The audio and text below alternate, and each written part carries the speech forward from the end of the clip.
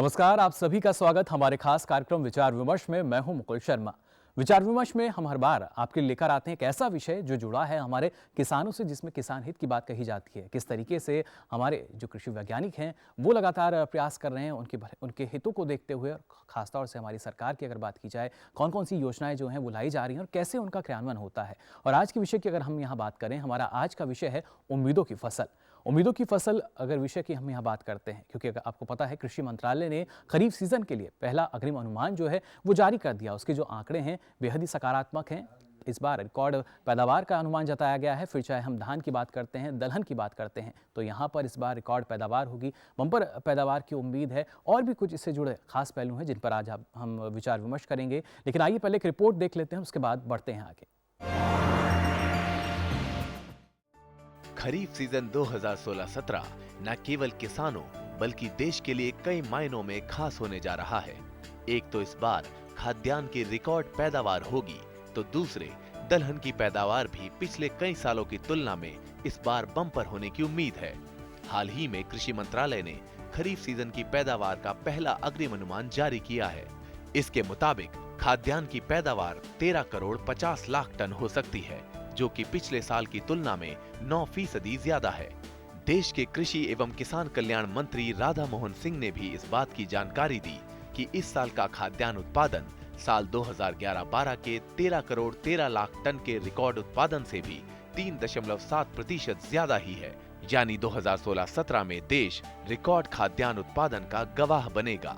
कृषि एवं किसान कल्याण मंत्रालय के पहले अग्रिम अनुमान के अनुसार खाद्यान्न उत्पादन में ये बढ़ोतरी दालों के रिकॉर्ड पैदावार से ही संभव हो पाई है। पिछले साल दालों के ऊंचे भाव और सरकारी प्रोत्साहन की वजह से इनकी बुआई इस साल करीब 37% ज्यादा रही। इसी कारण चालू खरीफ सीजन में 87 लाख टन दालों के उत्पादन का अनुमान है, जो अपने आप में एक रिकॉर्ड है। ये साल 2015-16 के उत्पादन से पूरे 57% ऊपर है। और तो और साल 2010-11 के रिकॉर्ड उत्पादन 71 लाख टन से भी ज्यादा है।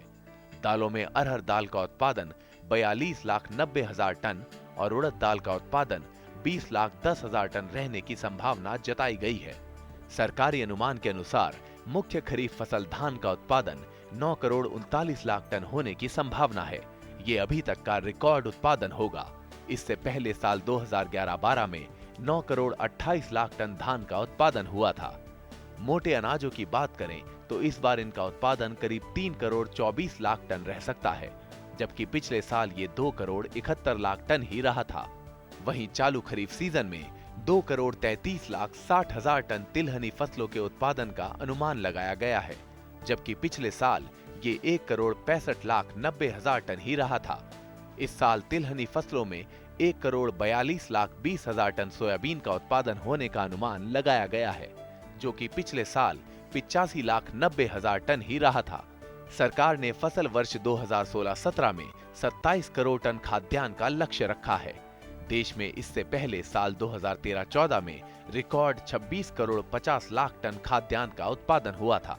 इसके बाद से 2 साल लगातार सूखा पड़ने की वजह से साल 2014-15 में 25 करोड़ 20 लाख टन और साल 2015-16 में 25 करोड़ 20 लाख टन खाद्यान्न का उत्पादन हुआ था।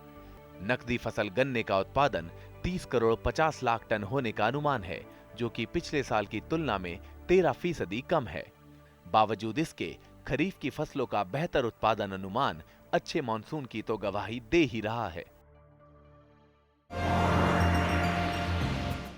तो इस फिल्म के जरिए जाना आपने किस तरीके से हमारा जो खाद्यान्न उत्पादन है उसमें इस बार रिकॉर्ड बढ़ोतरी होने वाली है, इजाफा होने वाला है। फिर चाहे हम बात करते हैं धान की बात करते हैं, दलहन की बात करते हैं, यानी अरहर की हम बात करें या फिर सोयाबीन की बात करें, इस बार इजाफा जो है बहुत अच्छा है। और इसी पर आज हम विचार विमर्श कर रहे हैं, जानने की कोशिश करेंगे कौन कौन से ऐसे कारक हैं जिन्होंने इसको बढ़ाया और किस तरीके से हम इसको बरकरार रख सकते हैं, यानी हर साल ये आंकड़ा बढ़ता जाए उसके लिए हमें क्या करना होगा। तमाम आज ये जो पहलू इन पर हम चर्चा करेंगे, इन पर चर्चा करने के लिए हमारे साथ कुछ खास विशेषज्ञ विशेषज्ञ जो हैं वो मौजूद हैं, उनसे आपका परिचय करा देते हैं। हमारे साथ स्टूडियो में मौजूद हैं डॉक्टर शंकर लाल जाट जी, वैज्ञानिक हैं भारतीय कृषि अनुसंधान संस्थान में। इनसे हम जानने की कोशिश करेंगे कौन से प्रमुख वो कारक हैं जिनके जरिए हम जो स्थिति है हमारी, जो आंकड़े आए हैं, यानी पहले अनुमान की हम बात कर रहे हैं और चौथा अनुमान भी जो है वो यहाँ तक सीमित रहे, बल्कि इससे आगे जो आने वाले साल हैं उनमें भी हमें इजाफा देखने को मिले, ये हम इनसे जानेंगे। इसके साथ साथ हमारे साथ हैं डॉक्टर CM परिहार जी, वैज्ञानिक हैं भारतीय कृषि अनुसंधान संस्थान पूसा नई दिल्ली में।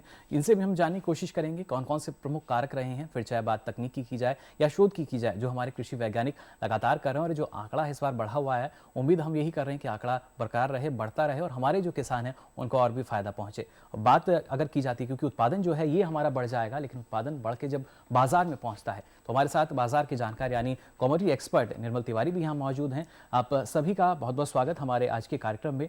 चलिए, बिल्कुल सबसे पहले यहाँ पर डॉक्टर शंकरलाल, मैं आपके पास आना चाहूँगा। अगर हम बात कर रहे हैं कि इस बार जो हमारा खाद्यान्न उत्पादन है उसमें रिकॉर्ड वृद्धि हो रही है, अगर इसको हम देखते हैं कहीं ना कहीं हम ये मानेंगे कि हमारे जो कृषि वैज्ञानिक लगातार शोध कर रहे हैं, अनुसंधान जो चल रहे हैं और हमारे किसान जो मेहनत करते हैं, वो मेहनत अब सफल होती प्रतीत हो रही है इन आंकड़ों के जरिए। जी हाँ, मुकुल, आप अगर देखेंगे जो दोनों की साझेदारी है, कृषि वैज्ञानिकों की और कृषकों की जी, और साथ में जो सरकारी नीतियां हैं, इन्होंने तीनों ने मिलके एक ऐसा बनाया है और प्रकृति ने भी साथ दिया है इस बार। जी, जिस तरह से हमारा मानसून रहा है पूरे देश भर में, दक्षिण भारत के अलावा पूरे देश में आपका मानसून सीजन इतना अच्छा रहा है कि बराबर वर्षा हुई है, नहीं ज़्यादा अधिक हुई है, नहीं कम हुई है। बिल्कुल। तो शुरू से ही तीनों महीने, जुलाई, अगस्त, सितंबर, तीनों महीनों में एक अच्छा मानसून रहा है। और जो हमारे कृषि वैज्ञानिकों ने जो नई किस्में हो गई, नई उत्पादन तकनीकी हैं, उनको हस्तांतरण भी किया है, नहीं कि उनको विकसित किया है, उनको हस्तांतरण भी किया है। विभिन्न योजनाएं जैसे और उनको शायद हमारे किसानों ने अपनाया भी है, उनको अपनाया भी है, क्योंकि आप जैसे राष्ट्रीय खाद्य सुरक्षा मिशन है जी, उसके तहत आप किसानों को जाके खेत के ऊपर प्रदर्शन करना पड़ता है। बिल्कुल। तो वहाँ पे आपके प्रदर्शन हुए। उसके बाद में जैसे आपका जनजाति उप योजना है, जहाँ ऐसा क्षेत्र है, जनजाति क्षेत्र, जहाँ के ऊपर आपको अच्छा बीज मिलना काफ़ी मुश्किल हो जाता है, तो सरकार ने उसके लिए भी एक विशेष योजना बनाई। तो उसके साथ भी किसानों के साथ अच्छी तकनीकी और अच्छा किस्म का बीज पहुँचाए। इस वजह से आपके उत्पादन में जो किसानों के अंदर पहले से ये लगन थी कि इस बार क्योंकि 2 वर्ष से पिछले सूखे पड़ रहा है जी, तो उस वजह से भी किसानों को ये लगा कि नहीं, हमें भी कमर कसनी है। और पहले से सरकार भी ये तैयारी कर चुकी थी और कृषि वैज्ञानिक भी तैयार थे कि नहीं, हमें इस बार जो अच्छा मानसून आने की भविष्यवाणी हुई थी, सटीक भविष्यवाणी, बिल्कुल, तो उसका हम अच्छे से लाभ ले सके। तो ये सारे फैक्टर मिलके, कारक मिलके, ये अभी जो आप इतना रिकॉर्ड उत्पादन देख रहे हो, तो ये सारा मिलके उसका एक परिणाम हम मान सकते हैं। उसका एक नतीजा जो है वो हमारे सामने आ चुका है। डॉक्टर परिहार, आपसे मैं समझना चाहूँगा, यहाँ पर डॉक्टर शंकर ने हमें बताया कौन कौन से प्रमुख कारक रहे इसके लिए, लेकिन अगर हम खासतौर से बात करें, धान की हम बात करें, प्रमुख एक हमारी खाद्यान्न फसल जिस पर लोग जो हैं काफ़ी निर्भर करते हैं, उसका जो आंकड़ा है वो इस बार बढ़ा हुआ हमारे सामने आ रहा है। कितना फ़ायदा इससे हमारे किसानों को, और कौन कौन से क्षेत्र हैं जहाँ पर अगर हम बात करते हैं रकबे की, वो उसमें बढ़ोतरी हुई है? जो अगर इस धान की बात करें तो धान में मेन बात तो जो इनमें जो कारकों में बात की, क्योंकि जो मौसम की जो भविष्यवाणी है ना, उसके जो जब सटीक होती है और जब सही होती है तो किसान अपने आप, किसान भी तैयार रहता है। और क्योंकि अनुसंधान, शोध और अपनी टेक्नोलॉजी ये हम करते ही रहते हैं, लेकिन जब सटीक भविष्यवाणी के साथ कोई भी टेक्नोलॉजी और किसान उसको अपनाता है तो उससे उसका पैदावार भी बढ़ती है और उसके साथ उसकी जो भी उसको उपज के जो लाभ प्राप्त होते हैं वो भी अच्छे रहते हैं और किसान भी अपनी मतलब आजीविका के लिए अच्छा कुछ कमा सकता है। जो आप धान की बात कर रहे हो, धान मुख्यतः एक इसको कि ज़्यादा जल चाहने वाली फसल होती है। तो जब अपना मानसून अच्छा रहता है, क्योंकि खरीफ का मौसम जो मेनली है अपना भारतवर्ष का है, वो रेनफेड एरिया जाते हैं। जी बिल्कुल। लेकिन जब धान की फसल तो वहीं उगाई जाती है जहाँ पे अच्छा पानी उसको उपलब्ध हो, चाहे वो मानसून के द्वारा हो चाहे सिंचाई के द्वारा हो। तो अभी जो इस बार का जो मानसून है, वो जो प्रकृति की जो डॉक्टर जाट ने बताया, जो प्रकृति का जो अपन कहेंगे मेहरबानी रही, अच्छी मेहरबानी रही, उससे इसका धान का उत्पादन बहुत अच्छा रहा। और जो पिछले वर्ष की तुलना में देखें तो जो प्रथम अग्रिम अनुमान है वो लगभग 3% ज़्यादा अनुमान है, जो कि एक मतलब अगर 1-2 सालों को पहले छोड़ दें तो एक अच्छा रिकॉर्ड है। बिल्कुल एक अच्छा रिकॉर्ड और रिकॉर्ड पैदावार की उम्मीद है, इसलिए हम जताई गई है अनुमान में। लेकिन आपने जैसे कहा कि ज़्यादा पानी की जो फसल है वो बढ़ी है और कम पानी वाली की अगर हम बात करें, यानी दलहनी जो हमारी फसलें हैं उनकी बात करें, और इस बार अंतर्राष्ट्रीय दलहनी वर्ष भी चल रहा है, तो क्या आपको लगता है कि सार्थकता जो है वो वाकई नज़र आ रही है? क्योंकि दलहन के रिकॉर्ड पैदावार की बात की जा रही है, 87 लाख टन का अनुमान यहाँ दिया गया है।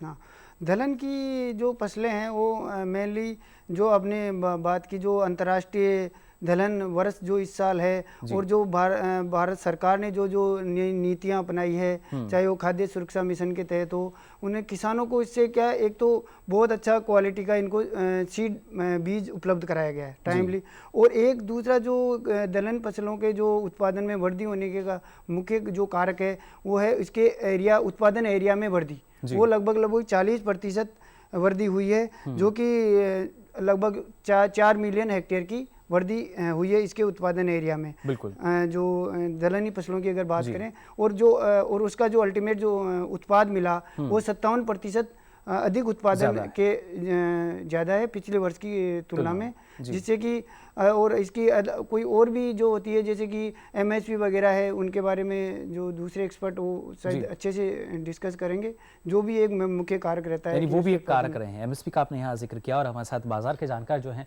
निर्मल, वो भी यहाँ मौजूद हैं, उनके पास हम चलते हैं। निर्मल, आपसे हम समझने की कोशिश करेंगे, जैसा हम कह रहे हैं कि अगर खासतौर से दाल की हम बात करते हैं, धान की भी हम बात करते हैं, तो एमएसपी जो है वो कहाँ तक आपको लगता है कि अगर हम कहते हैं पैदावार बढ़ रही है, हमारी अनुमान जो आया है उसके हिसाब से उपज बढ़ेगी, वो कहाँ तक उसमें सहायता कर सकते हैं या मदद कर सकता है? देखिए, सबसे पहले किसान के लिए किसी भी चीज़ का सही भाव जानना जो है वो काफ़ी अहम होता है। उसको चल के ही, उसको देखते ही वो नई फसल की बुआई या फिर जो आगे का काम होता है वो करता है। तो सरकारी एजेंसियों द्वारा अगर आप देखें तो इस बार न्यूनतम समर्थन मूल्य, खासतौर से जिस तरीके से दलहन की हम लोग बात कर रहे हैं, दलहन के न्यूनतम समर्थन मूल्य में इजाफा किया गया, बोनस दिया गया, और ये जो ऐलान था ये समय से कर दिया गया। तो उसके चलते कहीं ना कहीं ये साफ किसानों को एक मैसेज गया कि अगर इस बार दालों की ज़्यादा उपज करते हैं तो न्यूनतम समर्थन मूल्य में अच्छा इजाफा हुआ है, अच्छा भाव जो है वो मिलेगा। तो उनका कहीं ना कहीं एक जो बाजार में जो भाव का रिस्क होता है वो यहाँ पे कहीं ना कहीं कम होता हुआ नजर आए। और दूसरी ओर अगर आप देखें, बीते साल के मुकाबले अगर देखें तो दालों के भाव जो हैं वो लगभग दोगुने हो गए थे दिसंबर जनवरी के महीने की अगर मैं बात करता हूँ। तो कहीं ना कहीं वो भी एक सीधे तौर पे यहाँ पे प्रोत्साहन होता है कि और फसल छोड़ो, दाल लगाओ, दाल में बाकी फसल के मुकाबले अच्छा भाव मिल रहा है, तो कहीं ना कहीं वो किसान सोचता है कि उसका मुझे फ़ायदा उठाना चाहिए। उसके चलते मैं समझता हूँ इस बार जो दालों का जो जो एरिया था, बुआई क्षेत्रफल जो था, वो उसमें खासा वृद्धि देखने को मिली, और जिसका सीधा जो रिजल्ट है जो अभी सामने निकल के आ रहा है कि उत्पादन जो है वो रिकॉर्ड स्तर पे देखने को मिल रहा है। बिल्कुल, यही हम इसकी वजह मान सकते हैं, जो रिकॉर्ड आप कह रहे हैं कि जो उत्पादन है एक रिकॉर्ड स्तर पर जा रहा है। और इसके और क्या आपको फ़ायदे लगते हैं अगर बाज़ार में, क्योंकि ये जब फसल पहुंचेगी, हालांकि तो पहले ही अग्रिम अनुमान आया हमारे पास, लेकिन जो किसान हैं जब बाज़ार पहुंचेंगे तो उनको किस तरह का फ़ायदा मिलेगा? देखिए, फसल अब चूंकि लगभग खरीफ की जो फसल है, उड़द और मूंग की अगर देखें तो वो तैयार हो गई है, उसका कुछ हद तक मंडियों में आना शुरुआत भी हो गई है। अब मैं समझता हूँ चूंकि पैदावार ज़्यादा हुई है तो आगे चल के मंडियों में जो आवक होगी उसमें भी बढ़ोतरी देखने को मिलेगी, और बढ़ती आवक के कारण कहीं ना कहीं भाव में थोड़ा सा दबाव देखने को मिलेगा। लेकिन लंबी अवधि के लिहाज से देखें तो जिस तरीके से सरकार जो है वो दलहन को लेके खासा रणनीति इस बार बना के चल रही है, 2020-2022 को टारगेट करके चल रही है, तब तक दालों की क्या खपत रहेगी देश में और कितना पैदावार करना है, तो इस तरीके के मिशन चल रहे हैं। ऐसे में मैं समझता हूँ चूँकि हमारे देश में दालों का पैदावार सबसे ज़्यादा होता है, लेकिन उसके बावजूद भी हम लोगों की खपत जो है वो दाल की विश्व में सबसे ज़्यादा है, और हम लोग आयात भी सबसे ज़्यादा करते हैं। तो ऐसी परिस्थिति में मैं समझता हूँ दाल के उत्पादन में अभी आगे आने वाले 1-2 सालों में और वृद्धि होनी चाहिए, और जिस तरीके की वृद्धि इस बार देखने को मिली है इसके चलते भाव में कोई बहुत ज्यादा फर्क देखने को नहीं मिलेगा। लेकिन वृद्धि होनी चाहिए, यह बात आप मानते हैं? ये बात मैं बिल्कुल मानता हूँ। जी बिल्कुल, यानी आप मानते हैं कि वृद्धि जो है वो होनी चाहिए। लेकिन हमारे साथ जो कृषि वैज्ञानिक हैं वो उनका क्या मानना है? डॉक्टर परिहार, आपसे मैं समझना चाहूँगा, जैसा आपने कहा कि जो उन्नत बीज है वो हमारे किसानों तक पहुँचा है इस बार, क्या माना जाए, क्या पहले जो उन्नत बीज है वो हमारे किसानों पर नहीं पहुँचता था?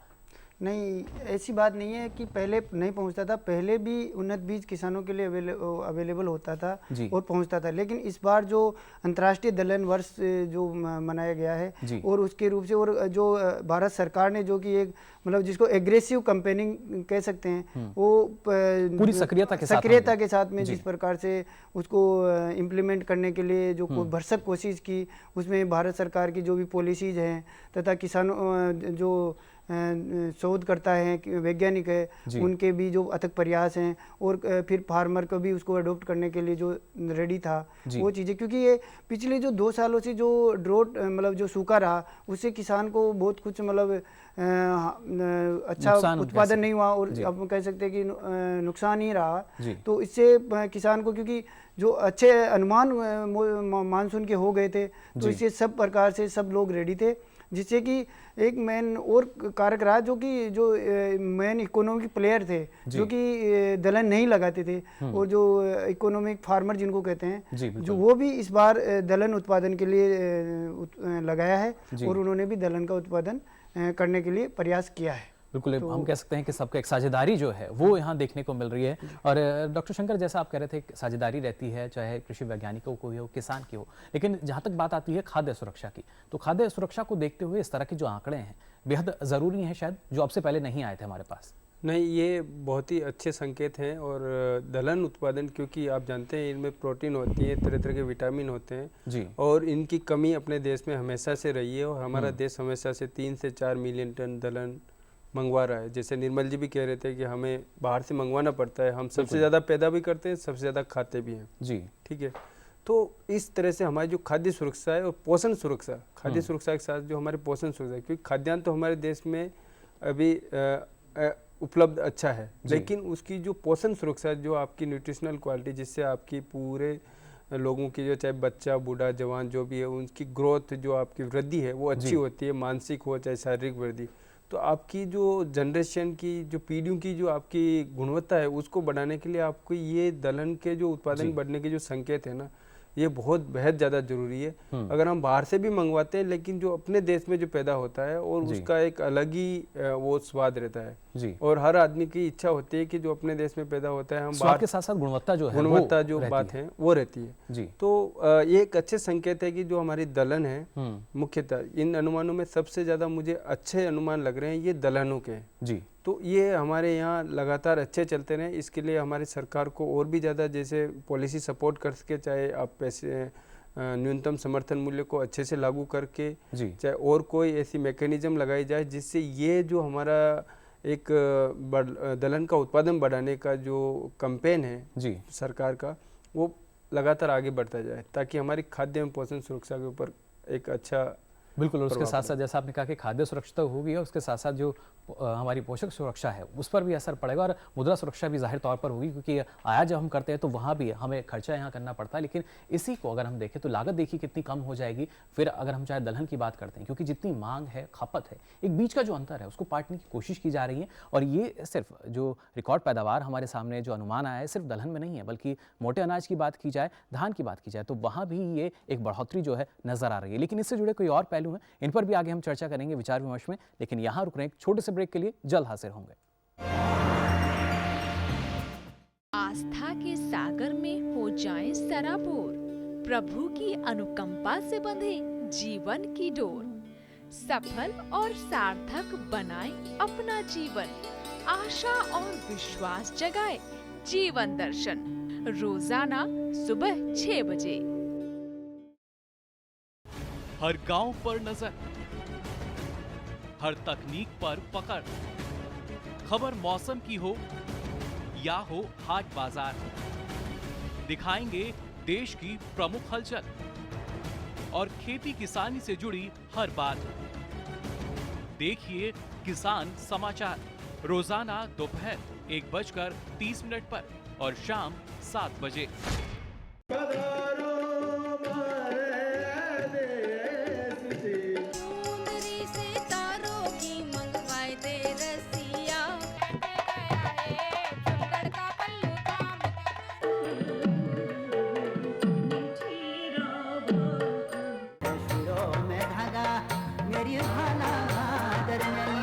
इनको पहचान देखिए लोकरंग रविवार सुबह 10 बजे। तो ब्रेक के बाद आप सभी का एक बार फिर स्वागत हमारे कार्यक्रम विचार विमर्श में। लगातार आज हम यहाँ विचार विमर्श कर रहे हैं उम्मीदों की फसल पर, क्योंकि कृषि मंत्रालय ने जो अपना पहला अग्रिम अनुमान जारी किया है उसमें हम देख पा रहे हैं किस तरीके से खाद्यान्न उत्पादन में रिकॉर्ड वृद्धि इस बार हमें देखने को मिल रही है। लेकिन इसमें और भी कई पहलू हैं जिनको जानना हमारे लिए नहीं बल्कि हमारे जो किसान हैं उनके लिए भी बेहद जरूरी है। तो आइए जानते हैं इस रिपोर्ट के जरिए वो भी पहलू। पिछले 2 सालों से लगातार सूखे के कारण खाद्यान्न उत्पादन पर काफी असर देखने को मिला था। कम उत्पादकता की वजह से खाद्यान्न के भाव में अप्रत्याशित बढ़ोतरी देखी गई। दालों के दाम तो आसमान पर जाकर मानो बैठ ही गए। मगर चालू खरीफ सीजन के लिए जारी पहले अग्रिम उत्पादन के आंकड़ों ने देशवासियों को राहत भरी सांस दी है। जी हां, इस साल खाद्यान्न का रिकॉर्ड उत्पादन होने का अनुमान लगाया गया है। केंद्र की मोदी सरकार ने किसानों की आय 2022 तक दोगुनी करने का लक्ष्य रखा और इसे पूरा करने के लिए सरकारी खजाने का मुंह कृषि क्षेत्र की ओर मोड़ दिया। सरकार ने आम बजट में कृषि और किसानों के कल्याण के लिए 35,984 करोड़ रुपयों का प्रावधान किया। सरकार ने प्रधानमंत्री कृषि सिंचाई योजना के जरिए खेतों की उत्पादकता बढ़ाने का लक्ष्य रखा है। इस योजना को सरकार मिशन मोड में चला रही है। सरकार ने पानी बचाने के लिए और जमीन की उत्पादकता बढ़ाने के लिए बूंद बूंद सिंचाई पद्धति पर खासा जोर दिया है। हम लगातार बात कर रहे हैं खाद्यान्न उत्पादन में एक रिकॉर्ड बढ़ोतरी जो है वो हमें देखने को मिल रही है। उसके साथ साथ कई ऐसे पहलू जो जुड़े हुए हैं, लेकिन वो पहलू क्या हैं उन पर हम यहाँ विचार विमर्श कर रहे हैं। निर्मल, आपके पास मैं आना चाहूँगा। अगर हम बात करते हैं कि जिस तरीके से ना सिर्फ एमएसपी बल्कि हमारी जो सरकार है उसकी सोच ये है कि 2022 तक जो किसान हैं उनकी आय दोगुनी होनी चाहिए, तो क्या ये एक फॉर्मूला है जो सरकार ने तैयार किया है जिसके चलते अगर अच्छी पैदावार होगी, पैदावार में बढ़ोतरी होती है तो जाहिर तौर पर हमारे जो किसान हैं उन्हें अच्छा मुनाफा होगा?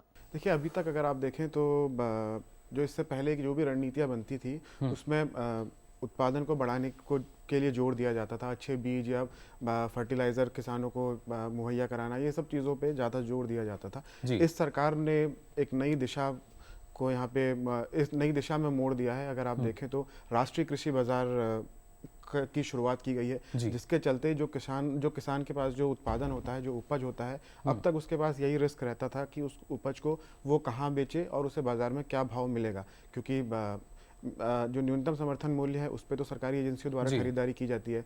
जो कारोबारी हैं वो तो उस भाव पे नहीं खरीदते हैं। तो ऐसे में किसान को उचित मूल्य मिले, किसान की आय जो है वो 2020-22 तक जो है वो बढ़ जाए, दुगनी हो जाए।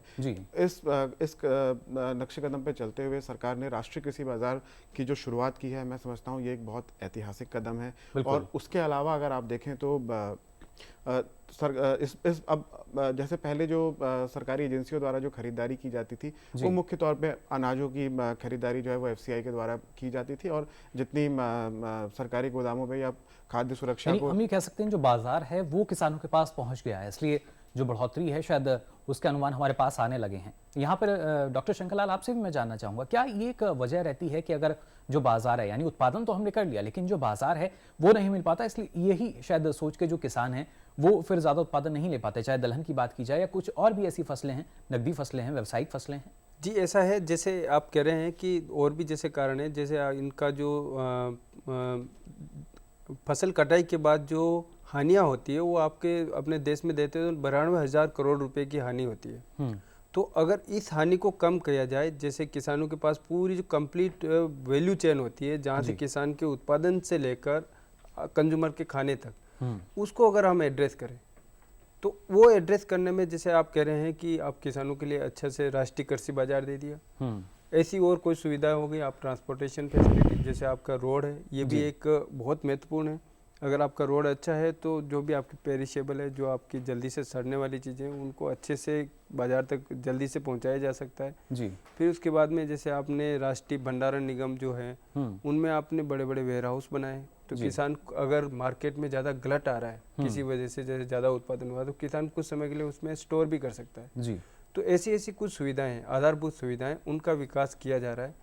और इनमें एक जैसे कुछ चीज़ होती है, ड्रायर हो गया जी, कुछ फसलें जैसे मक्का हो गया, चावल हो गया, इनकी अच्छी गुणवत्ता बनाए रखने के लिए ऐसा है कि जिस समय ये किसान काटते हैं इसको जी, तो इसमें ज़्यादा मॉइस्चर रहता है। बिल्कुल। उसमें पानी ज़्यादा रहता है तो ये सड़ जाती है, उसके बाद में उसका भाव भी कम हो जाएगा। यानी जो नमी की मात्रा है उसकी वजह से नुकसान होता है। उसमें कवक हो जाते हैं, जो भी आदमी खाता है, चाहे पशु खाता है, जो भी खाता है उसको भी हानि होती है, उससे आपकी गुणवत्ता कम होती है और जो उसको खाता है उसकी उत्पादकता भी घटती है। बिल्कुल। तो आपको इसकी गुणवत्ता युक्त उत्पादन को कंज्यूमर तक पहुंचाने का जो प्रयास है, यानी वो गुणवत्ता जो है बरकरार रहे, उसके लिए जो प्रयास किए गए वो भी एक महत्वपूर्ण कारक है। वो एक महत्वपूर्ण कारक है और वो उसमें अपने यहाँ जो वैल्यू चेन को पूरा एड्रेस करने की और भी इसको ज़्यादा मजबूत करने की ज़रूरत है। जितनी ज़्यादा मजबूत होगी उतना ही ज़्यादा किसान वो किसी भी चीज़ को उगाने में ज़्यादा सक्षम होगा, उसको ज़्यादा अच्छा भाव मिलेगा, कंज्यूमर को भी अच्छी चीज़ खाने को मिलेगी। बिल्कुल, यानी जो ग्राहक है, उपभोक्ता जो है, उसको भी गुणवत्ता वाली चीज़ चाहिए। डॉक्टर परिहार, आपसे मैं समझना चाहूँगा, अगर हम खासतौर से मोटे अनाज की बात करते हैं, क्योंकि वहाँ भी हम देख रहे हैं कि जो इजाफा है वो देखने को मिल रहा है और सेहत के लिए अगर स्वास्थ्य की दृष्टि से हम देखते हैं तो काफ़ी फायदेमंद है मोटा अनाज भी। जैसा कि डॉक्टर शंकर ने कहा कि भाई एक गुणवत्ता वाला जो अनाज है या और भी कुछ ऐसी चीज़ें हैं वो अगर उपभोक्ता तक पहुँचती है तो मांग वाकई बढ़ेगी। मांग बढ़ेगी, क्योंकि जो क्वालिटी की बात करते हैं, जैसे कि अपने पूर्वज कहते थे कि मोटा खाओ, मोटा सोचो और उससे हेल्दी भी रहेंगे। तो ये कंसेप्ट कुछ भी जो पहले की जो पूर्वजों की जो सोच थी उसमें कुछ ना कुछ था, ये तो अपन को मानना पड़ेगा, क्योंकि वही लोग खाते थे और अब स्वस्थ रहते थे। तो इसमें कुछ क्वालिटी जो चीज़ अभी भी अपन एनालिसिस करके भी ये फाइंड आउट कर पा रहे हैं कि ये जो भी कोर्स सीरियल्स है वो क्वालिटी, मतलब उनका चाहे वो कुछ भी हो, चाहे पल मिलेट जो कि बाजरा है या कोई भी मक्का है, जो भी अभी जो नई वेराइटीज आ रही है, जो कि पहले लाइसिन एवं ट्रिप्टोफैन जो 2 अमाइनो एसिड जो कि पहले की जो नॉर्मल मक्का की जो वेराइटीज में कम होता था, उसमें जैसे कि जो हाई क्वालिटी प्रोटीन मेज की जो वेराइटीज अभी डेवलप हुई है लास्ट पिछले 10 सालों में, उनसे भी एक मतलब खाद्य सुरक्षा के साथ जो पोषण सुरक्षा की तरफ अपन बढ़ रहे हैं, वो पोषण सुरक्षा में अपन को आत्मनिर्भरता प्राप्त करने में इनसे सहायता मिल रही है। और जो कोर्स सीरियल्स जो है वो जो अभी जो प्रोडक्शन की अगर बात करो, जो कोर्स सीरियल में जो मेनली जो प्रोडक्शन बढ़ा है वो मक्का का ही बढ़ा है। जो 5 मिलियन टन से ज़्यादा जो बढ़ोतरी हुई है पिछले साल की तुलना में, वो 4 मिलियन टन अकेली मक्का में ही इसकी बढ़ोतरी हुई है। तो अपन सोच सकते हैं कि हम खाद्य सुरक्षा के साथ साथ अपन पोषण सुरक्षा की तरफ भी अपन बढ़ रहे हैं। अपना भारतवर्ष आत्मनिर्भर होने की तरफ बढ़ रहा है। बिल्कुल, आत्मनिर्भरता की दिशा में लगातार जो हमारे किसान हैं वो यहाँ मेहनत कर रहे हैं और उनकी जो मेहनत है देखिए वो लगातार देखी भी जा सकती है, किस तरीके जो प्रयास है वो किए जा रहे हैं। लेकिन हमारे किसानों के जो प्रयास होते हैं, खासतौर से निर्मल, ये आपसे मैं जानना चाहूँगा, आपने खरीदारी की जैसे यहाँ बात कही थी, तो वहीं अगर हमारी जो सरकारी एजेंसियाँ हैं, क्योंकि अगर हमारे किसान को पता चलता है, क्योंकि आपने MSP का जैसे जिक्र किया इससे पहले कि अगर उनका उत्पाद एक वाजिब दाम में जा रहा है तो शायद वो पीछे नहीं हटेंगे। और अभी भी अगर हम बात करते हैं कहीं ना कहीं सरकारी खरीद की, तो वो हमें अच्छी खासी देखने को मिल रही है जो हमारी जो दलहनी फसलें हैं उनकी। देखिए, बीते 1 साल से अगर आप देखें तो सरकारी एजेंसियों द्वारा जो है काफ़ी बढ़ चढ़ कर किसानों से न्यूनतम समर्थन मूल्य पे तमाम फसलें खरीदी जा रही हैं। खासतौर से अगर आप बीते खरीफ सीज़न में देखें तो सरकार ने वहाँ पे लगभग 50,000 टन जो है वो दालों की खरीदारी की थी। फिर रबी में 1 लाख टन दालों की खरीदारी की थी। अभी फिर से जो नई खरीफ फसल आई है इसका टारगेट किया। और मुख्य तौर पर अगर आप देखें तो एक सरकार यहाँ पे बफर स्टॉक बना के चलने की सरकार ने बजट में बात की थी। और दलहन की खासतौर से जिस तरीके से बात कर रहे हैं उसमें अगर आप देखें तो 20 लाख टन का यहाँ पे सरकार ने एक बफर स्टॉक का लक्ष्य रखा है। तो ये जो 20 लाख टन दालों की खरीदारी करनी है ये किसानों से ही की जाएगी और सरकारी एजेंसियों द्वारा की जाएगी। तो उसका सीधा फायदा जो है वो किसान को पहुंचेगा। किसान को समय पे जो उसकी जो लागत है, जो उसको जो मुनाफा होना है वो पैसा किसान के पास जाएगा। तो सीधे तौर पे किसान जो है वो प्रोत्साहित होगा और आगे चल के दोबारा से जो है वो ज़्यादा फसल की बुआई करेगा। तो ये मैं समझता हूँ कि एक नई पहल की गई है जो कि धान और गेहूँ और मोटे अनाज को छोड़ के अगर दलहन की तरफ या प्याज की भी इस बार तो सरकारी एजेंसी द्वारा खरीदारी की गई थी। तो इस तरीके की जो ये रणनीति अपनाई है सरकार ने, मैं समझता हूँ काफ़ी अच्छी रणनीति है और किसानों को काफ़ी प्रोत्साहित करेगी। बिल्कुल, काफ़ी प्रोत्साहित करेगी। लेकिन इसमें कौन कौन सी सरकारी एजेंसी हैं जो हमारी लगी हुई हैं कि हमारा जो किसान एक उपज करते हैं, दाल की उपज होती है, खासतौर से अगर हम उड़द की यहाँ बात करें या फिर हम मूंग की बात करते हैं, तो अभी तक जो एक खरीद हो पाई है सरकारी खरीद, वो कहाँ पर आपको ज़्यादा देखने को मिल रही है? देखिए, वैसे तो एजेंसियों के लिहाज से अगर आप देखें तो FCI जो है वो मुख्य तौर पे अनाज की खरीदारी करती है किसानों से, और नफेड है या फिर स्मॉल और मीडियम फार्मर एसोसिएशन जो है, कंसोर्टियम जो है, वो यहाँ पे दलहन या तिलहन की खरीदारी किसानों से करती है। लेकिन इस बार एफसीआई दलहन की भी खरीदारी कर रही है, तो तमाम सरकारी एजेंसियां यहाँ पे खरीदारी कर रही हैं। और क्षेत्र के हिसाब से अगर आप देखें तो मुख्य तौर पे जो अभी नई फसल में खरीदारी शुरू हुई है वो जैसे महाराष्ट्र है, कर्नाटका है, आंध्रा है और मध्य प्रदेश है या राजस्थान है, यहाँ पे दलहन की पैदावार मुख्य तौर पे होती है और अच्छी पैदावार हुई है। तो इन जगहों पे जो है सरकारी एजेंसियों द्वारा खरीदारी शुरू की गई है। और पूरे अगर आप भारत की बात करते हैं, पूरे देश की बात करते हैं, तो लगभग 400 से ज़्यादा सेंटर सरकारी एजेंसियों द्वारा बनाए गए हैं। और ऑनलाइन फैसिलिटी भी यहाँ पे दी गई है, अगर किसान चाहें तो ऑनलाइन भी जानकारी इसमें ले सकते हैं। बिल्कुल, किसान देखिए वो ऑनलाइन जाकर भी जैसा आप बता रहे हैं कि जो जानकारी है वो ले सकते हैं। और लगभग 417 ऐसे केंद्र हैं जिनके जरिए जो सरकारी खरीद है वो संभव हो पा रही है। यहाँ पर डॉक्टर शंकरलाल आपसे मैं समझना चाहूँगा, 417 केंद्र तो बनाए गए हैं, लेकिन अब जैसे कुछ समय बाद जो अरहर का उत्पादन है वो हमारे सामने आएगा, तो बात कही गई है कि और जो केंद्र हैं खरीद के लिए वो खोले जाएंगे, यानी 417 से जो आंकड़ा है वो और ऊपर जाएगा कहीं ना कहीं उत्पादन को देखते हुए। लेकिन इस दिशा में क्योंकि शायद अब जो किसान है उसको ज़्यादा दूर का सफ़र तय नहीं करना होगा, पहले शायद एक ये वही वजह रहती थी कि जैसा आपने कहा कि यातायात के जो साधन है, सड़कें अच्छी होनी चाहिए, अब शायद उतना दूर जो है किसान को नहीं जाना पड़ेगा। नहीं, बिल्कुल सही है। जो अगर आप उत्पादन क्षेत्र देखेंगे, जो उड़द और मूंग है उनके उत्पादन क्षेत्र अलग है और आपका जो अरहर है उसके उत्पादन क्षेत्र अलग है। अब उड़द मूंग आप लोगे तो अपने राजस्थान के अंदर अभी देखो इस साल 1 मिलियन हेक्टेयर मतलब 10 लाख हेक्टेयर में अधिक बुआई हुई है पिछले वर्ष की तुलना में।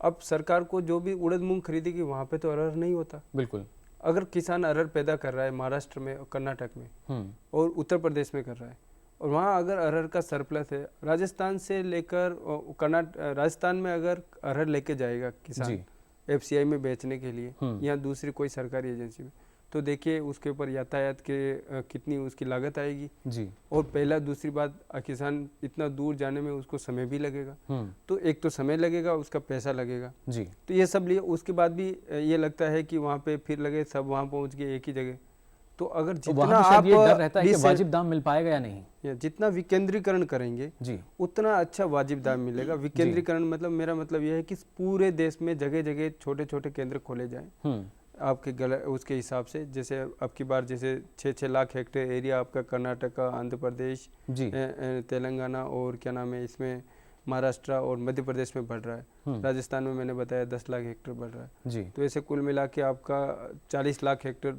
पल्स में एरिया बढ़ा है जी। ठीक है, ऐसे के ऐसे ही आपका सोयाबीन में भी महाराष्ट्र में एरिया बढ़ा है। बिल्कुल। तो आप अगर तिलहन की भी खरीद करना चाहते हो तो वो अगर तिलहन को बूस्ट करना है तो तिलहन के लिए भी ये बहुत अच्छा है। तो जहाँ जहाँ उत्पादन होता है उस विशेष फसल के लिए आपको खरीद के केंद्र खोलने हैं, ताकि उसका जो वाजिब दाम जो आप कह रहे हैं अगर प्राप्त करना है तो जितने छोटे केंद्र होंगे तो उसी हिसाब से आपको वाजिब दाम मिलने की वो और संभावनाएं बढ़ जाती हैं और ज़्यादा मुनाफा हमारे किसानों को हो सकता है। डॉक्टर परिहार, आपसे हम समझना चाहेंगे, जैसे कि अब यहाँ पर डॉक्टर शंकरलाल ने हमें बताया कि किस तरीके से और संभावनाएं बढ़ सकती हैं, लेकिन अगर हम बात करें खासतौर से तिलहन की, सोयाबीन में हम बता रहे हैं कि इस बार जो पैदावार है वो बढ़ सकती है, उसके साथ साथ मूंगफली की हम बात करते हैं या खाद्य तेल की अगर हम बात करें तो अभी तक एक जो आयात है वो किया जाता था और उस पर भी काफ़ी जो हमारी लागत है वो आती है और कहीं ना कहीं हमारी जो मुद्रा है उस पर व्यय होती है काफ़ी, तो वहाँ भी एक शायद बचत हो पाएगी जिस बार जो आंकड़े हमारे सामने आए उसको देखते हुए। हाँ, जो अगर तिलहन उत्पादन की बात करें तो तिलहन उत्पादन भी हमारा इस साल बहुत अच्छा अनुमानित है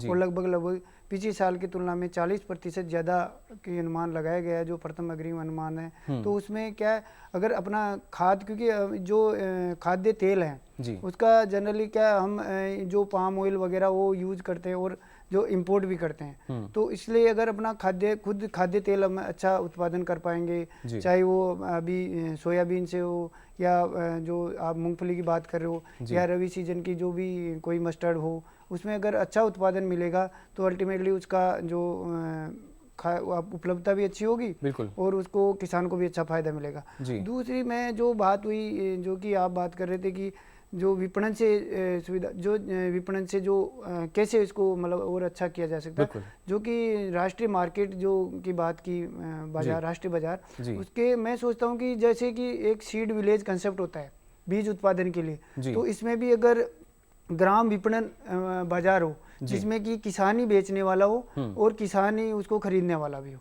जिससे कि जो मिडिल मैन और कई ये तो सच्चाइयाँ हैं कि मिडिल मैन वगैरह कुछ होता है, जैसे कि किसान को जो फायदा मिलना चाहिए वो कई बार नहीं मिल पाता है, तो वो भी उससे दूर होगी। और इसमें एक क्लस्टर के रूप में, जैसे कि 5 विलेज ले लो या जो भी नियर बाई विलेज है, उनको क्लस्टर के रूप में उसको विपणन के लिए उसको विलेज के कंसेप्ट को अडोप्ट करे अगर सब भारत सरकार लेवल पे या कि जो राज्य सरकार है, तो इससे भी बहुत अच्छा मतलब फायदा किसान को और ज़्यादा मिल सकता है। यानी इसके भी जो परिणाम हैं वो काफ़ी अच्छे होंगे, सकारात्मक परिणाम होंगे। और देखिए परिणाम जो है वो कैसे आएंगे, जो नतीजे वो कैसे आते हैं जब प्रयास किया जाता है। और वही प्रयास ना सिर्फ हमारे किसान कर रहे हैं बल्कि लगातार हमारी जो सरकार कर रही है वो भी एक ऐसे प्रयास कर रही है जो हमेशा किसानों के हितों का ख्याल रखा जाता है, जिससे जो नतीजे हैं, परिणाम हैं वो अच्छे हैं। और हमारा देश लगातार, अगर कहा जाता है कि जो हमारी कृषि है वो इस देश की अर्थव्यवस्था की रीढ़ है, तो उस रीढ़ को और मजबूती दी जा सके। आगे भी हम यहाँ पर विचार विमर्श करेंगे कुछ और पहलुओं पर, लेकिन फिलहाल कार्यक्रम में वक्त हो चला एक छोटे से ब्रेक का।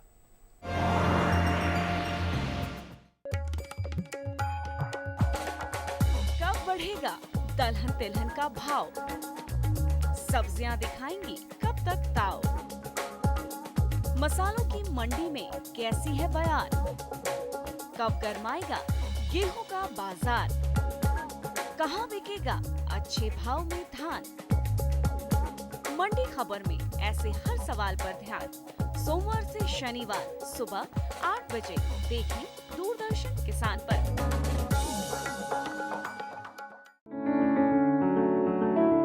महका महका घर आंगन, हरियाली से खिलेगा तन मन। छत पर छोटी सी बगिया, जरूरत भी पूरी शौक भी पूरा। देखिए छत पर बागवानी, शनिवार सुबह 9 बजे।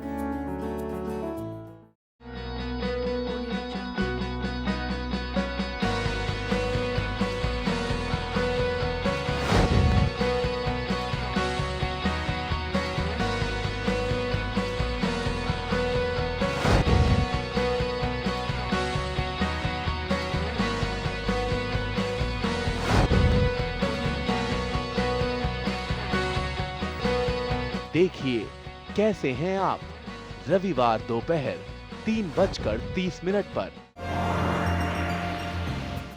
तो ब्रेक के बाद आप सभी का एक बार फिर स्वागत हमारे कार्यक्रम विचार विमर्श में। लगातार आप देख पा रहे हैं किस तरीके से उम्मीदों की जो फसल है वो और कैसे बढ़ सकती है, कैसे उसकी जो पैदावार है उसमें और रिकॉर्ड वृद्धि होगी, ये हम यहाँ जानने की कोशिश कर रहे हैं। उन कारकों को अभी तक हमने जाना कि जो इसके लिए हम कह सकते हैं कि जो हम अनुमान हमारे सामने आया, पहला अग्रिम अनुमान जो सामने आया है, क्या कारक रहे। लेकिन और भी कई ऐसी चीज़ें हैं और खासतौर से बात आती है आयात की। यानी अगर हम खाद्य तेलों की बात करते हैं तो वहाँ पर एक अच्छी खासी लागत जो है वो हमें चुकानी पड़ती है।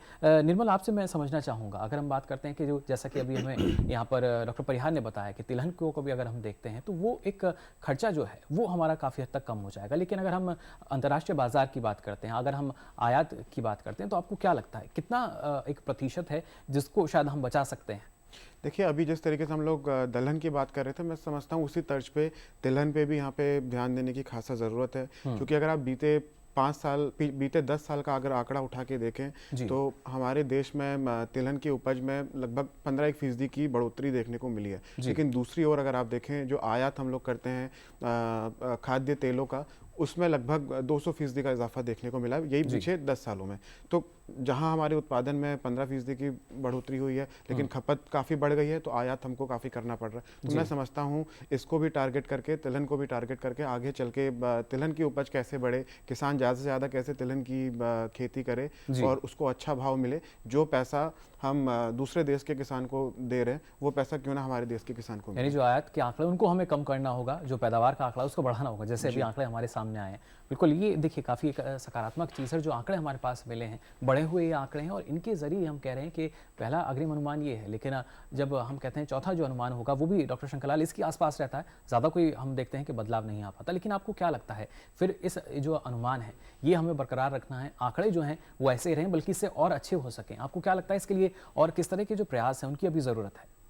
देखिए, जो ये है निश्चित है पूरे देश में एक खुशहाली की लहर है, किसानों के चेहरे पे भी चमक है जी। लेकिन इस चीज़ को बरकरार रखने के लिए आपको जो अनुसंधान है और अनुसंधान से लेकर जितनी भी चीज़ें निकलती है उसको किसानों तक पहुंचाने के बीच में जितने भी सरकारी प्रयास है उनको अच्छे से सुदृढ़ करना पड़ेगा। पहली बात तो ये है, नए अनुसंधान को हमें जारी रखना होगा। दूसरी बात यह है कि अगर खुशहाली को बरकरार रखना है तो इस बार जो रिकॉर्ड उत्पादन हो रहा है तो किसान के यहाँ से एक एक दाना अच्छे भाव में बिके, इसके लिए सारे लोगों को एक तन मन धन से प्रयास करना चाहिए जी, ताकि किसान में ये लगन रहे कि मैंने अगर ज़्यादा पैदा कर भी दिया तो भी खरीदने वाला है और मुझे बाजार में उचित दाम मिलेगा। बिल्कुल, ये भी एक बहुत ज़रूरी काम है। उसके साथ साथ जैसे इस बार तो हमारा यहाँ बहुत अच्छी मेहरबानी रही, मानसून अच्छा रहा जी। कार्टो सेट हमने सेकंड जो छोड़ा है अभी भारत में जी, वो बहुत ही अच्छी सटीक भविष्यवाणी करने में और भी काफ़ी दूसरे कामों में बहुत ही अच्छा योगदान रहा है विज्ञान में और अच्छा चलता रहेगा। इसकी भविष्यवाणी को और भी ज़्यादा सटीक की जाए और उसके साथ साथ जो हमारे प्रधानमंत्री की जो महत्वाकांक्षी योजना है जिसकी बूंद बूंद सिंचाई की जो चर्चा हो रही थी पहले, और उसके अलावा जैसे हर खेत को पानी देने की उस योजना को और ज़्यादा व्यापक स्तर पे करने की जरूरत है, ताकि क्या है कि हमें मानसून पे जो निर्भरता है जिसे भारतीय कृषि को मानसून की जुआ कहते हैं कि एक दिन आ गया तो सही हो गया, नहीं हुआ तो गड़बड़ हो गया, तो मानसून पूरा खेल बदल देता है, यानी जो बदल रहती है उससे हमारे किसान डरे नहीं। तो ये अनिश्चितताएं जो हमारी कृषि में है इनको हम जो भगवान के हाथ में उसे हम 100% से 90% से 80 करें, 80 से 70 करें जी। और आदमी के हाथ में जो प्रयास है हमारे पास उनको ज़्यादा से ज़्यादा करें। दूसरी बात जो हमारे यहाँ अगर हम तिलहन और दलहन ज़्यादा उत्पादन करेंगे किसानों के यहाँ, ठीक है, उससे क्या होगा, एक तो हम किसानों को रोजगार देंगे, रोजगार के अवसर बढ़ाएंगे, क्योंकि दूसरी जगह अगर अपन देखें तो किसान काफ़ी हर बार रिपोर्ट आती रहती है किसान खेती छोड़ रहे हैं। खेती अगर हम किसानों को एंगेज नहीं करेंगे, बाहर से पल्स में मंगवा लेंगे, बाहर से तेल मंगवा लेंगे जी। दूसरे किसानों को जैसे निर्मल जी कह रहे थे हम उनको प्रोत्साहन दे रहे हैं, तो अगर हमारे किसानों को ही कुछ प्रोत्साहन कर दे के ऐसी जो योजनाएं हैं, जल की व्यवस्था होगी, उचित बीज की होगी, उत्पादन तकनीकी की होगी, तो और अच्छे परिणाम तो आएंगे। अच्छी उनकी ट्रेनिंग प्रशिक्षण भी बहुत जरूरी है किसानों का जी। दूसरी जगह जहाँ बहुत अच्छा उत्पादन हो रहा है वहाँ ले जाओ किसानों को, उनकी एक्सपोजर विजिट होती है। जैसे मध्य प्रदेश सरकार ने हमने देखा है कि हमारे भारतीय कृषि अनुसंधान संस्थान में हर सप्ताह एक किसानों का समूह आता रहता है, तो ऐसी दूसरी सरकारें प्रयत्न करें कि वो किसानों को एक्सपोजर, क्योंकि एक्सपोजर बहुत ज़्यादा जरूरी होता है, बिल्कुल, विभिन्न तरह की जो ज़्यादा अच्छी मार्केट में जिसकी कीमत मिल रही हो ऐसी फसल उगाने में। तो मेरे लगता है कि ऐसी काफ़ी चीज़ें हैं जिनको हम अगर करें तो इसमें जो निरंतरता है उनको हम बरकरार रख सकते हैं जी। और हमारे देश में अच्छा खाद्यान्न उत्पादन सबका सभी तरफ से एक अच्छी खुशहाली आ सकती है। बिल्कुल, और खुशहाली जो है वो आ सकती है, परिणाम यानी और अच्छे होंगे। डॉक्टर परिहार, आपसे भी हम जानना चाहेंगे, जैसा डॉक्टर शंकरलाल ने बताया कि और क्या हो सकता है जिससे जो आंकड़े हैं और लगातार बढ़ें, फिर चाहे हम, क्योंकि बात हमने अलग अलग जो फसलें उनकी, कपास भी उन्हीं में से एक है, और खासतौर से सरकारी योजनाएं, जैसा यहाँ डॉक्टर शंकर ने कहा कि जो सरकारी योजनाएं हैं, फिर चाहे बूंद बूंद पानी हो, हर खेत को पानी देने की बात हो, या अगर हम देखें मृदा स्वास्थ्य कार्ड जैसी योजनाएं हैं, प्रधानमंत्री कृषि बीमा योजना है, कहीं ना कहीं प्रधानमंत्री फसल बीमा योजना, तमाम ये योजनाएं हैं जिनके जरिए शायद जो किसान है उसका भय कम हुआ, एक डर जो है कम हो चुका है। हाँ, ये सही, आपकी बात बिल्कुल सही है। और इसके अलावा जैसे कि जो कृषि मंत्रालय है इसने भी एक योजना शुरू की है, मेरा गांव मेरा गौरव, जिसमें कि हर जो वैज्ञानिक है उनको मतलब गांव अडोप्ट कराए गए हैं।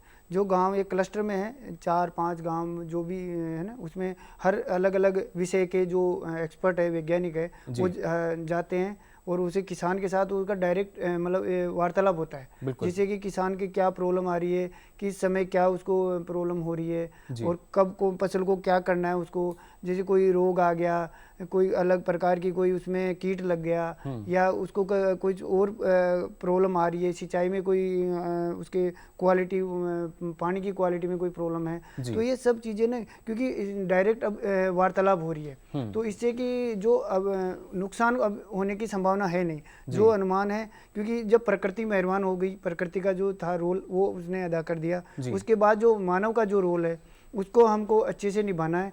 और उसको क्योंकि भारत सरकार ने बहुत अच्छी पहल की तरफ ये एक नई शुरुआत की है, मेरा गांव मेरा गौरव, जिससे कि अब कोई नुकसान होने की मैं नहीं मानता कि कोई नुकसान होगा। और कपास की अगर बात करते हैं अपन, कपास का क्योंकि जो पिछले साल की तुलना में अगर देखें तो 14% एरिया में कमी आई है, उसके बावजूद भी इसकी जो उत्पादन है वो 6.5% ज्यादा है। बिल्कुल, ये बड़ी बात, यानी जो एक क्षेत्र है उसमें कमी है लेकिन उत्पादन हम देख रहे हैं बढ़ रहा है। तो उसे देखें तो जो क्योंकि ये कॉमर्शियल फसल है जी, व्यावसायिक फसल है कपास, और इसमें देखें तो इसका मतलब ये है कि लगभग उसी एरिया में उसका उत्पादन हो रहा है। इसका मतलब इसमें जो मेजर रोल हो रहा है वो अनुसंधान कार्य का, इम्प्रूव जो वेराइटीज वगैरह उन्होंने अडोप्ट की किसानों ने, इसके कारण उसका उत्पादन में वृद्धि हुई है। जी बिल्कुल डॉक्टर परिहार, जैसा आपने कहा जो प्रयास है वो बेहद जरूरी, तभी जो परिणाम है वो हमारे सामने आ रहे हैं। निर्मल, यहाँ आपसे मैं जानना चाहूँगा कि परिणाम की हम बात कर रहे हैं क्योंकि अभी जो एक स्थिति हम देखते हैं, कई ऐसी फसलें जिनके आयात को लेकर हम चिंतित रहते हैं, आयात की बात होती है, लागत भी आती है, और प्रधानमंत्री श्री नरेंद्र मोदी ने ये कहा था कि जो आयात है, आयात तो बंद होगा ही, साथ ही साथ हम निर्यात करने लगेंगे। वो स्थिति आपको कैसे लगती है, कैसे आएगी? क्योंकि पहला अभी जो अग्रिम अनुमान आया है उसको अगर हम देखें तो क्या उस दिशा में हमारे जो किसान हैं, जो एक सरकार की दूरगामी सोच थी, उस पर अब हमारे किसान भी आगे बढ़ रहे हैं? देखिए बिल्कुल, पहली चीज़ अगर आप देखें, अगर हम लोगों को आयात को कट करना है और निर्यात को बढ़ाना है तो उसके लिए जो हमारी अपनी खपत है उसको पूरा करना, ये पहला फैक्टर है। और दूसरी चीज़ अगर आप देखें तो मैं समझता हूँ हमारे वहाँ पे जैसे हॉर्टिकल्चर उत्पाद है उसमें काफ़ी बढ़ोतरी देखने को मिली है बीते साल। तो इसमें क्या है कि फूड प्रोसेसिंग का रोल होना थोड़ा सा ज़रूरी है, और जिस तरीके से सरकार ने 100% FDI को इसमें हरी झंडी दिखा दी है फूड प्रोसेसिंग में, तो मैं समझता हूँ उसके चलते हमारे देश से जो निर्यात है उसमें बढ़ोतरी देखने को मिलेगी। और वहीं अगर दूसरे खाद्यान्न की अगर बात करें, अनाज की बात करें या फल सब्जी की बात करें, तो मैं समझता हूँ बिल्कुल यहाँ पे संभव है, हमें अपना उत्पाद बढ़ाना है। और सरकार की जो नीतियाँ हैं, जिस तरीके से सरकार लगातार किसानों को प्रोत्साहन दे रही है, तो उसके चलते ये कार्य जो है ज़रूर किया जा सकता है। आने वाले समय में हम लोग आयात तो हमारा कम होगा ही होगा, निर्यात जो है वो बिल्कुल बढ़ सकता है। जी बिल्कुल निर्मल, हम भी यही उम्मीद करते हैं कि जो आयात है वो उस पर पूरी तरीके से पाबंदी शायद नहीं हो जाएगी, लेकिन हमारे किसान वो स्थिति ऐसी ला देंगे कि आयात बंद हो जाएगा और निर्यात हम करेंगे कुछ ऐसी फसलों का। आज भी हमने कोशिश की उन पहलू को जानने के जो पीछे छिपे हैं कहीं ना कहीं हमारे जो अग्रिम अनुमान है उसके। आप तीनों विशेषज्ञ, तीनों मेहमान आप स्टूडियो में आए, इतना महत्वपूर्ण आपने समय दिया है, उसके लिए आप तीनों का बहुत बहुत शुक्रिया। तो हमारी सरकार जो है किसान के हितों को देखते हुए कदम उठा चुकी है, और वो कदम उठाए गए हैं अलग अलग योजनाओं के रूप में। फिर अगर हम बात यहाँ पर करते हैं मृदा स्वास्थ्य कार्ड की, प्रधानमंत्री फसल बीमा योजना, या हर खेत को पानी देने की बात कही गई, ये तमाम वो योजनाएं हैं जो कहीं ना कहीं एक उपज से जुड़ी हुई हैं, और हमारे जो किसान हैं उन्होंने इन योजनाओं को समझा भी और एक कदम आगे बढ़ाया। तो इस बार आप देख पा रहे हैं जो अग्रिम अनुमान हमारे सामने आया है उसमें उपज में बढ़ोतरी हुई है, रिकॉर्ड पैदावार की बात कही जा रही है। लेकिन अब ये जो कदम है और आगे हमें बढ़ाने होंगे, नई तकनीक जो है उसको भी हमारे किसानों को अपनाना होगा। वो तकनीक जो हमारे कृषि वैज्ञानिक लगातार अनुसंधान और शोध के बाद कोशिश करते हैं कि ये अब जो तकनीक है किसानों के पास जाए, जिससे उन्हें फ़ायदा मिल सके। फ़ायदा तभी होगा जब पैदावार अच्छी होगी, और पैदावार बढ़ाने के लिए अब लगातार हम एक सामूहिक प्रयास जो है हम कह सकते हैं वो यहाँ किया जा रहा है, और उसका असर भी इस अनुमान के नतीजे पर देखा जा रहा है। उम्मीद यही कि आगे और जो अग्रिम अनुमान आएंगे उनमें भी यही परिणाम हमें देखने को मिलेगा, और जो आंकड़े हैं ये बढ़ेंगे, और साल दर साल ये आंकड़ा बढ़ता जाएगा, और आयात की स्थिति से हम निपटारा पा सकेंगे, और फिर यहाँ पर निर्यात की जो बात है वो कही जाएगी। तो फिलहाल के लिए आज विचार विमर्श में इतना ही। अगले सप्ताह फिर हाजिर होंगे एक नए विषय के साथ। मुझे दीजिए इजाज़त। नमस्कार।